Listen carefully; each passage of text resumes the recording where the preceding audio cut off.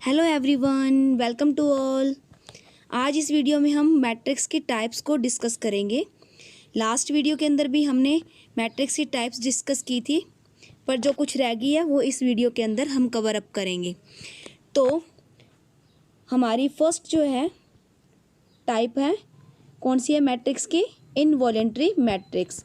Involuntary matrix के अंदर क्या होता है कि जो मैट्रिक्स हमें गिवन है उसका स्क्वायर अगर हम करते हैं, जो गिवन मैट्रिक्स का है उसका स्क्वायर अगर हम करते हैं और वो आइडेंटिटी के इक्वल आ जाए तो उसको हम क्या कहते हैं? इनवॉलेंट्री मैट्रिक्स कहते हैं। ठीक है, अब नेक्स्ट है हमारे पास ऑर्थोगोनल मैट्रिक्स। ऑर्थोगोनल मैट्रिक्स के अंदर क्या होता है? जब हम किसी मैट्रिक्स का ट्रांसपोज करके उसी मैट्रिक्स के साथ मल्टीप्लाई करते हैं या उनको रिवर्स करके अगर हम करें तो जो हमें रिजल्ट मिलता है वो आइडेंटिटी मैट्रिक्स ही मिले तो उससे क्या कहते हैं? ऑर्थोगोनल मैट्रिक्स कहते हैं। एग्ज़ाम में बहुत बार ये पूछ लेते हैं कि जो डिटर्मिनेंट जो आइगन वैल्यूज़ होती हैं, मतलब कि ऑर्थोगोनल मैट्रिक्स की जो आइगन वैल्यूज़ होती हैं वो कौन सी होती हैं? उसका आंसर है +1 और -1 जो होती हैं ऑर्थोगोनल मैट्रिक्स की आइगन वैल्यू होती है। ठीक है, अब एक बात हमेशा याद रखना कि जो डिटर्मिनेंट आएगा ऑर्थोगोनल मैट्रिक्स का वो हमेशा क्या आएगा? +1 और -1। इसका जो डिटर्मिनेंट होगा ऑर्थोगोनल मैट्रिक्स का हमेशा +1 और -1 ही रहेगा। ठीक है, उसके बाद हम डिस्कस करेंगे, ये इम्पोर्टेंट है, आप अंडरलाइन इसे नोट कर लीजिएगा। जो आइगन वैल्यू होती है ऑर्थोगोनल मैट्रिक्स की वो +1 और -1 होती है। उसके बाद है नीलपोटेंट मैट्रिक्स। नीलपोटेंट नाम से क्लियर हो रहा है। नील मतलब कुछ भी नहीं है, ज़ीरो है। मतलब कोई भी अगर मैट्रिक्स दी है उसका ऑर्डर n है, कुछ भी हो सकता है, n इंडेक्स कह सकते हैं, n को ऑर्डर भी कहते हैं और इंडेक्स भी कहते हैं। कुछ भी अगर उसका ऑर्डर 3/3 है या m/m है या n/n है या कुछ 10/10 है, तो हमेशा उसका आंसर जो होगा वो क्या आएगा? हमेशा 0 के इक्वल होगा। ठीक है, नील पोटेंट मतलब उस मैट्रिक्स की जो वैल्यू आएगी वो 0 होगी। a की पावर n = 0। a की जितनी मर्जी पावर लो और वो मैट्रिक्स हमें रिजल्ट क्या देगी? 0 देगी। उस मैट्रिक्स को क्या कहते हैं? नील पोटेंट मैट्रिक्स कहते हैं। अब उसके बाद है इडेम्पोटेंट। इडेम्पोटेंट में क्या होता है कि a का ऑर्डर 2 करने पे हमें मैट्रिक्स के ही इक्वल जो रिजल्ट मिल जाए उसे क्या कहते हैं? इडेम्पोटेंट मैट्रिक्स कहते हैं।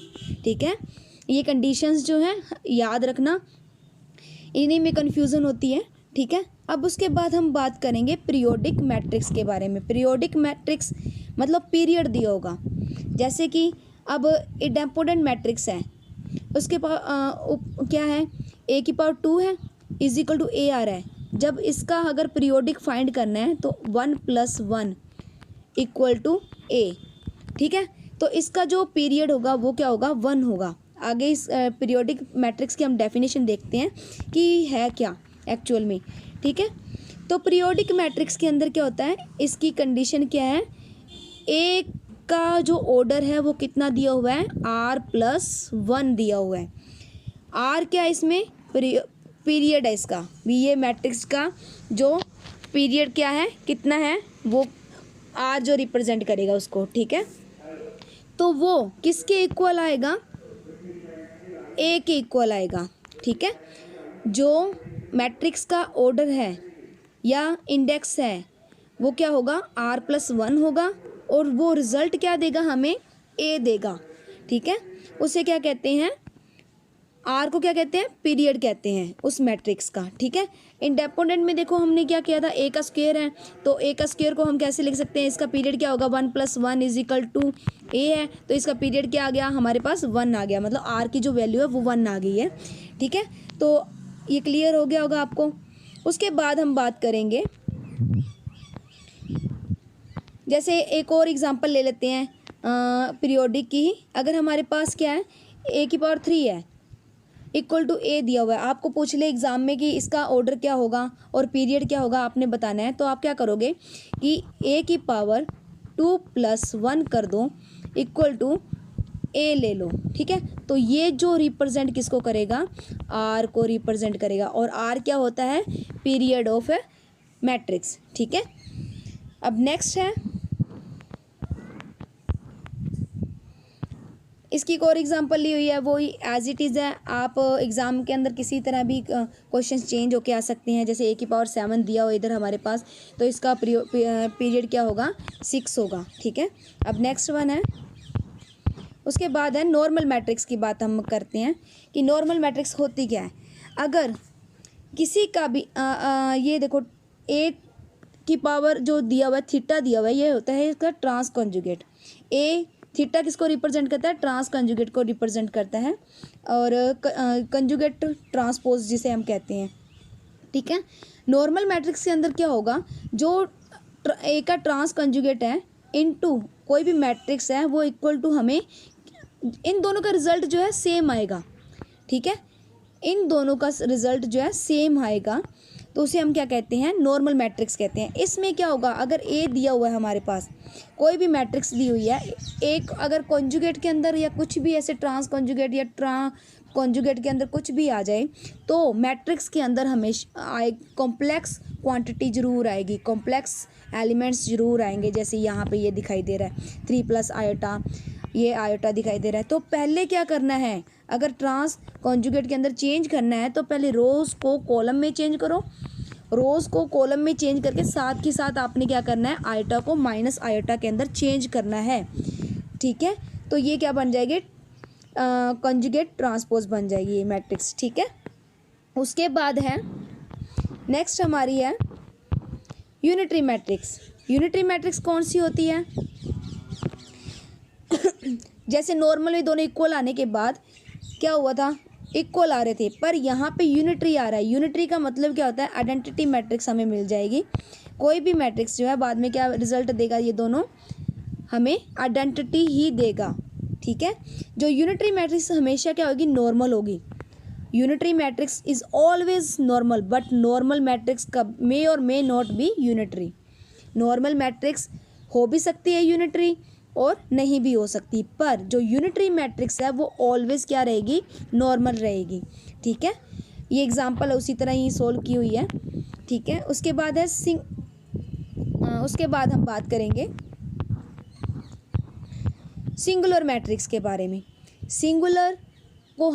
सिंगुलर मैट्रिक्स को हम नॉन इन्वर्टिबल भी कहते हैं, जिसका मतलब इन्वर्स एग्जिस्ट ना करे, ठीक है। जिसका इन्वर्स एग्जिस्ट ना करे उसको क्या कहते हैं, नॉन इन्वर्टिबल और सिंगुलर मैट्रिक्स, ठीक है।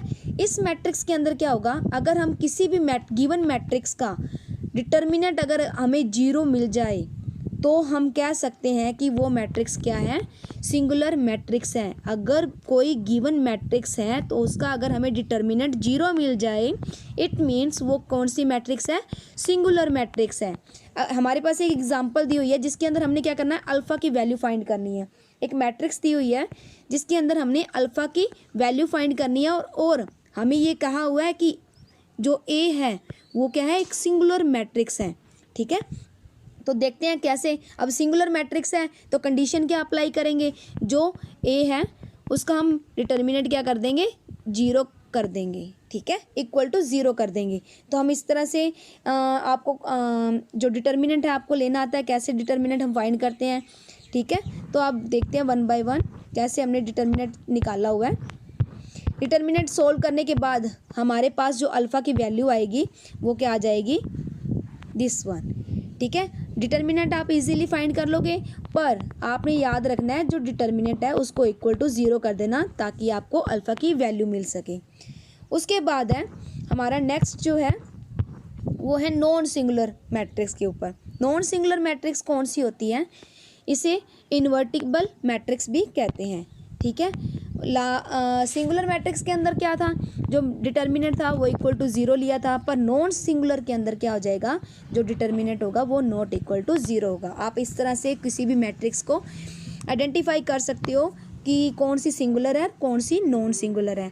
अगर डिटर्मिनेंट 0 है तो वो सिंगुलर हो जाएगी, अगर नॉन 0 है तो वो नॉन सिंगुलर हो जाएगी मैट्रिक्स, ठीक है। उसके बाद है conjugate of A matrix, conjugate of A matrix. अब कोई भी हमें गिवन मैट्रिक्स है उसका कंजुगेट लेना है। कंजुगेट का मतलब क्या होता है कि हमें कोई भी मैट्रिक्स दी होगी उसके अंदर क्या होंगे, कोई कॉम्प्लेक्स नंबर की काउंटिंग होगी उसके अंदर। जैसे कि ये हमारे पास एक गिवन एग्जांपल है कि इसके अंदर 1 + 2 आयोटा, 2 - 3 आयोटा, 4 - 5 आयोटा, 5 + 6 आयोटा, 2/2 की ये मैट्रिक्स है। तो कॉन्जुगेट लेने के लिए हमने क्या करना है, आयोटा को माइनस आयोटा के अंदर चेंज कर देना है। जब भी हमने कॉन्जुगेट लेना है किसी मैट्रिक्स का तो आयोटा को किस में चेंज कर देना है, माइनस आयोटा में चेंज कर देना है। जैसे कि अब हमने इसका कॉन्जुगेट लिया तो क्या किया, फर्स्ट में 1 - 2 आयोटा कर दिया, मैंने साइन चेंज कर दिया। 2 माइनस की जगह हमने क्या कर दिया, +3 आयोटा कर दिया है। 4 - 5 आयोटा की जगह मैंने क्या कर दिया है, 4 + 5 आयोटा कर दिया है। ठीक है, इसी तरह मैंने इसको चेंज कर दिया है। ये हमारे पास कौन सी मैट्रिक्स आ गई, कॉन्जुगेट मैट्रिक्स। ठीक है, उसके बाद है प्रॉपर्टीज़ क्या होती है कॉन्जुगेट की। अगर हमारे पास 2 मैट्रिक्स दी हो, ए और बी 2 मैट्रिक्स दी हो, ठीक है, और कोई के स्केलर हो, तो मैट्रिक्स कॉन्जुगेट कैसे करना है, प्रॉपर्टीज़ क्या होगी कॉन्जुगेट्स की, कि अगर हम कॉन्जुगेट का ही कॉन्जुगेट ले लें तो हमें हमेशा वो मैट्रिक्स जो गिवन मैट्रिक्स है उसके इक्वल ही मिल जाएगा, ए के इक्वल ही आ जाएगा। अगर 2 मैट्रिक्स दी हुई है, उन दोनों का सम किया हुआ है और उनका क्या किया हुआ है, कॉन्जुगेट लिया हुआ है, तो कॉन्जुगेट लेने से जब उनको सेपरेट करेंगे तो दोनों का अलग अलग कॉन्जुगेट हो जाएगा। ठीक है, अगर हमने किसी कोई स्केलर है उसे मैट्रिक्स के साथ मल्टीप्लाई किया है तो और उसका कॉन्जुगेट लिया है तो क्या होगा, स्केलर को हम बाहर निकाल लेंगे और ए का कॉन्जुगेट आ जाएगा। ठीक है, अगर मल्टीप्लाई के अंदर बात करें कि ए और बी कोई मैट्रिक्स है, उनकी मल्टीप्लिकेशन करने के बाद उसका कॉन्जुगेट लिया है तो क्या होगा, दोनों का अलग अलग कॉन्जुगेट ले सकते हैं। ठीक है, ये तो होगी प्रॉपर्टीज़ ऑफ कॉन्जुगेट। ठीक है, नेक्स्ट हम बात करेंगे conjugate transpose of A matrix. ठीक है, इसको डिनोट कैसे करते हैं, ए को स्टार से इसको डिनोट करते हैं। ठीक है, तो अब फर्स्टली इसमें क्या करना है आपने, पहले तो आप इसका या तो ट्रांसपोज ले लो। ठीक है, फर्स्टली आपने पहले क्या करो, आप इसका कॉन्जुगेट ले लो, क्योंकि नाम से क्लियर हो रहा है कंजुगेट ट्रांसपोज। पहले क्या करो, कोई भी मैट्रिक्स अगर गिवन मैट्रिक्स है तो पहले उसका ट्रांसपोज ले लो, सॉरी कॉन्जुगेट ले लो पहले, फिर जो रिजल्ट आया उसका क्या कर दो, अब ट्रांसपोज ले लो। ठीक है, तो वो हमें क्या मिल जाएगी, कॉन्जुगेट ट्रांसपोज। फर्स्टली क्या करना है, किसी भी मैट्रिक्स का पहले क्या करो, कॉन्जुगेट ले लो, देन क्या कर दो, इसका ट्रांसपोज कर दो। ठीक है, ट्रांसपोज करने के बाद हमें क्या मिल जाएगा, कॉन्जुगेट ट्रांसपोज ऑफ मैट्रिक्स मिल जाएगी। ठीक है, जैसे एग्जाम्पल दी हुई हमें कि इसके अंदर जो एलिमेंट्स हैं उसमें कॉम्प्लेक्स क्वांटिटी है, तो पहले हमने क्या किया, उसका कॉन्जुगेट लिया। फर्स्टली हमने कॉन्जुगेट लिया, ट्रांसपोज एज इट इज़ है बाहर।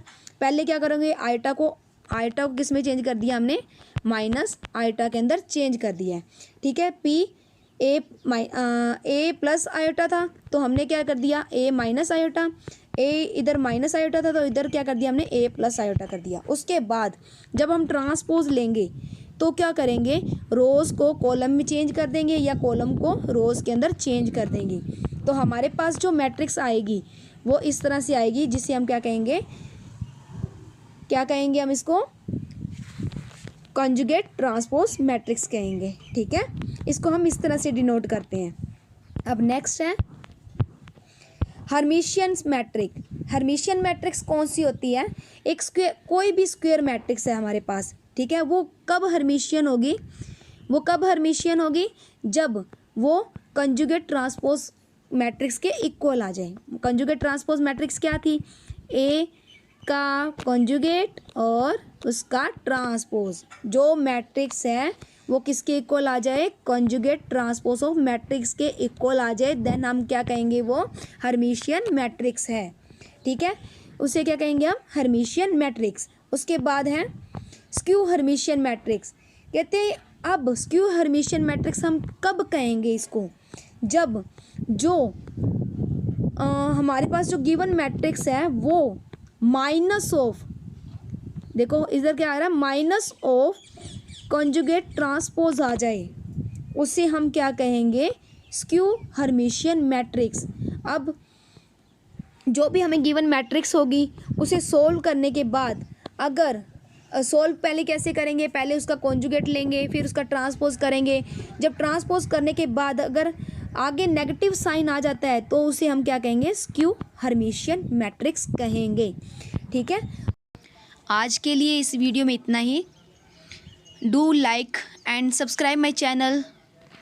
Thanks for watching the video.